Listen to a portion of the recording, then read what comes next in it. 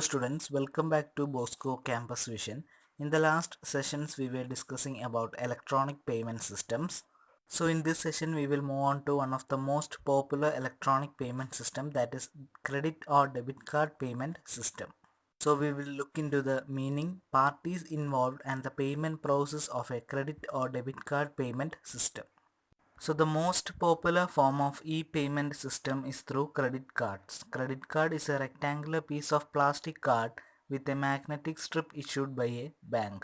The holder of a valid card has the authorization to purchase goods and services up to a predetermined amount called credit limit.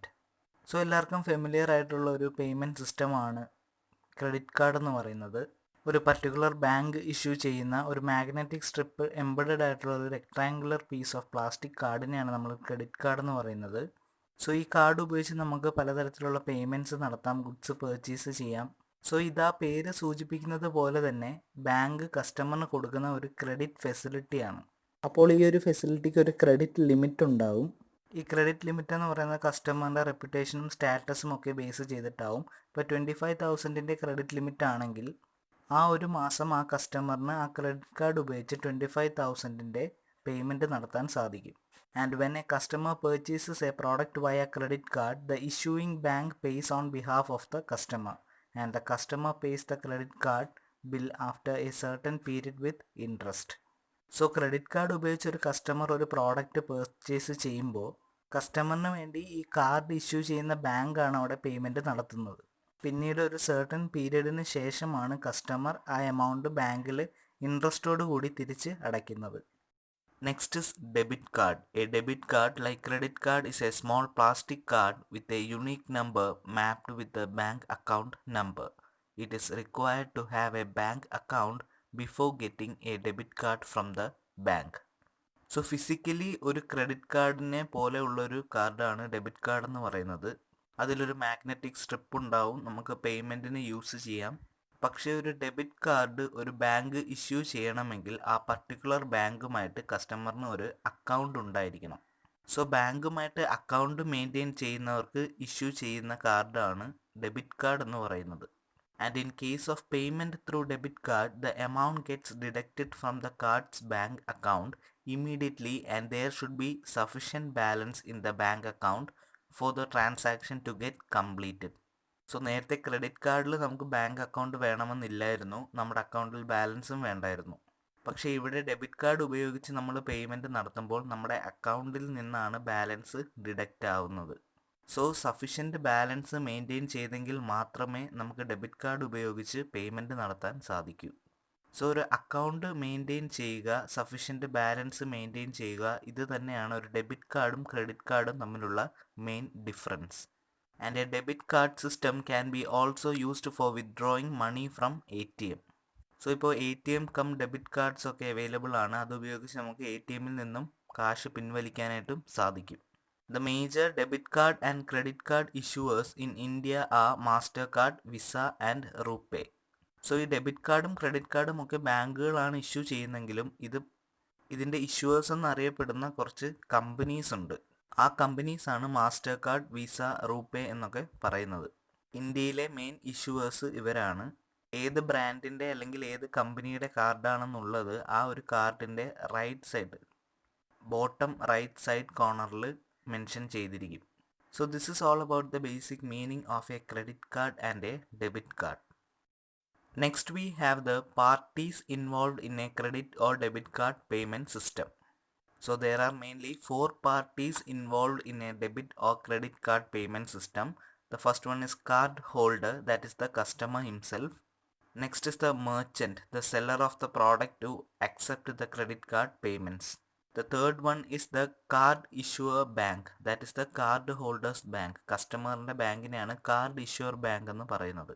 And the last one is the acquirer bank, that is the merchants bank. നമ്മൾ ആരുടെ കയ്യിൽ നിന്നാണോ product വാങ്ങുന്നത് അല്ലെങ്കിൽ ആർക്കാണോ നമ്മൾ payment നൽകുന്നത് അവരുടെ ബാങ്കിനെയാണ് അക്വയറർ ബാങ്ക് എന്ന് പറയുന്നത്. So these are the 4 parties involved in a credit or debit card payment system, that is the card holder, the merchant, the card issuer bank and the acquirer bank. Next we will look into the main components of a credit or debit card. So ഒരു credit card അല്ലെങ്കിൽ debit കാർഡിൽ tangible ആയിട്ടുള്ള features എന്തൊക്കെയാണെന്നാണ്.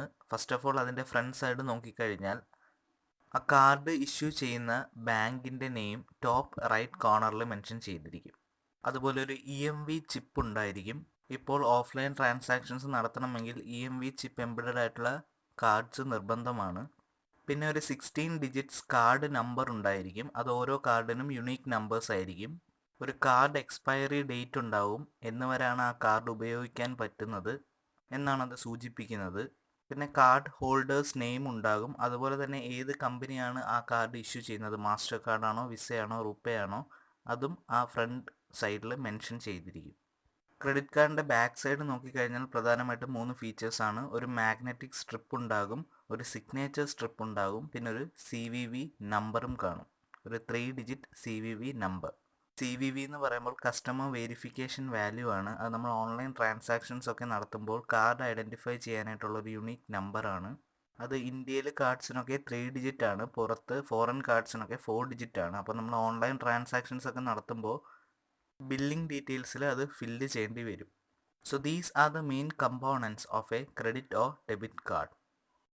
Next we will look into the transaction process using a credit card or debit card. Secure Socket Layer SSL protocol is the most common protocol used in India for credit card payment.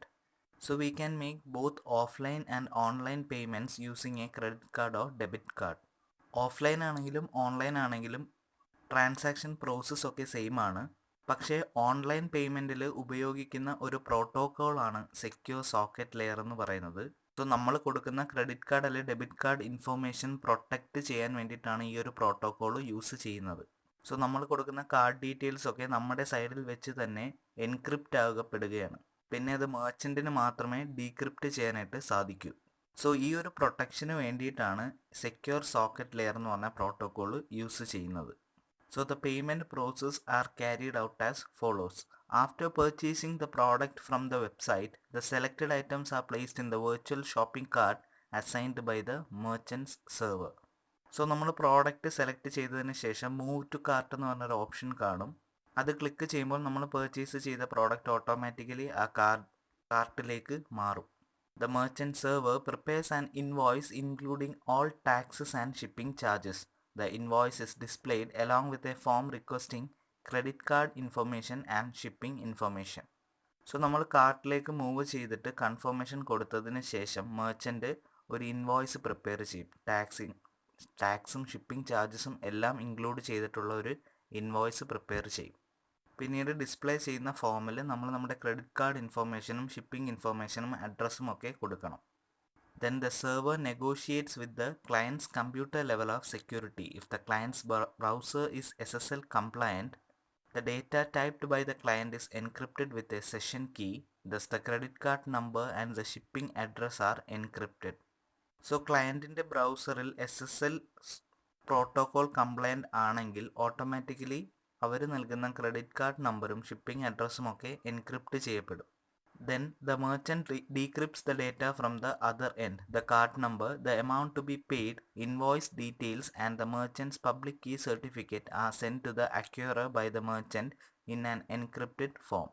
The merchant also digitally signs the data.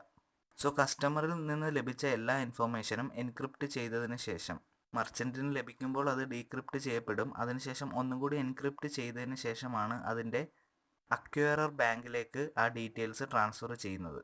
Merchant digitally sign ചെയ്തതിന് ശേഷം മെർച്ചൻറ്റിൻ്റെ bank എന്നറിയപ്പെടുന്ന acquirer ബാങ്കിലേക്ക് ആ informations transfer ചെയ്യപ്പെടും. The acquirer checks the validity of the card and its credit limit with the bank that issued the credit or debit card. Then the acquirer collects the amount from the customer's bank and transfers to the merchant's bank electronically. It then sends authorization to the merchant to accept the sale. So ഒരു acquirer card വാലിഡിറ്റിയും അതുപോലെ തന്നെ credit card ആണെങ്കിൽ അതിൻ്റെ credit ലിമിറ്റൊക്കെ കസ്റ്റമറിൻ്റെ ബാങ്കുമായിട്ട് check ചെയ്യും. അതിനുശേഷം കസ്റ്റമറിൻ്റെ ബാങ്കിൽ നിന്നും amount collect ചെയ്തതിന് ശേഷം ഒരു 2% കമ്മീഷൻ അവരെടുത്തതിന് ശേഷം ബാക്കി എമൗണ്ട് മെർച്ചൻ്റ് ബാങ്കിലേക്ക് അല്ലെങ്കിൽ മെർച്ചൻ്റ് അക്കൗണ്ടിലേക്ക് ട്രാൻസ്ഫർ ചെയ്യും. അതിനുശേഷം സെയിൽസ് അക്സെപ്റ്റ് ചെയ്യാം എന്ന് പറഞ്ഞൊരു ഓതറൈസേഷനും അക്വയറർ ബാങ്ക് മെർച്ചൻറ്റിന് നൽകും. The merchant sends an encrypted receipt to the customer confirming sales. Later, the merchant ships the item to the customer's shipping address. So sale confirm ചെയ്തുകൊണ്ട് ഉള്ളൊരു receipt കസ്റ്റമറിന് send ചെയ്യും. അതിനുശേഷം കസ്റ്റമറിന് അവർ കൊടുത്ത ഷിപ്പിംഗ് അഡ്രസ്സിലേക്ക് പ്രോഡക്റ്റ് ലഭിക്കും. So the major advantage of this SSL protocol is that the sensitive data is encrypted and protected. The major drawback is that the customer's credit card is exposed to the merchant. Moreover, the customer's purchase details are exposed to the acquirer. So രണ്ട് drawback എന്ന് പറയുന്നത് നമ്മുടെ informations എല്ലാം മെർച്ചൻറ്റിനും acquirer ബാങ്കിനും ലഭിക്കുമെന്നുള്ളതാണ്. നമുക്ക് online purchase നടത്തണമെങ്കിൽ ഈ informations ഈ രണ്ട് പാർട്ടീസിനും നൽകിയെങ്കിലേ സാധിക്കൂ. സോ ഇതിൻ്റെ യൂസ്ഫുൾനെസ് വെച്ച് നോക്കുമ്പോൾ ഈ രണ്ട് ഡ്രോബാക്ക് അത്ര വലിയ പ്രസക്തി ഉള്ളതല്ല. So this is the transaction process using A credit or debit card payment system. So in this session we discussed about debit card and credit card and the parties involved and the transaction process in a debit or credit card payment system. Hope all are clear with the topic. Thank you.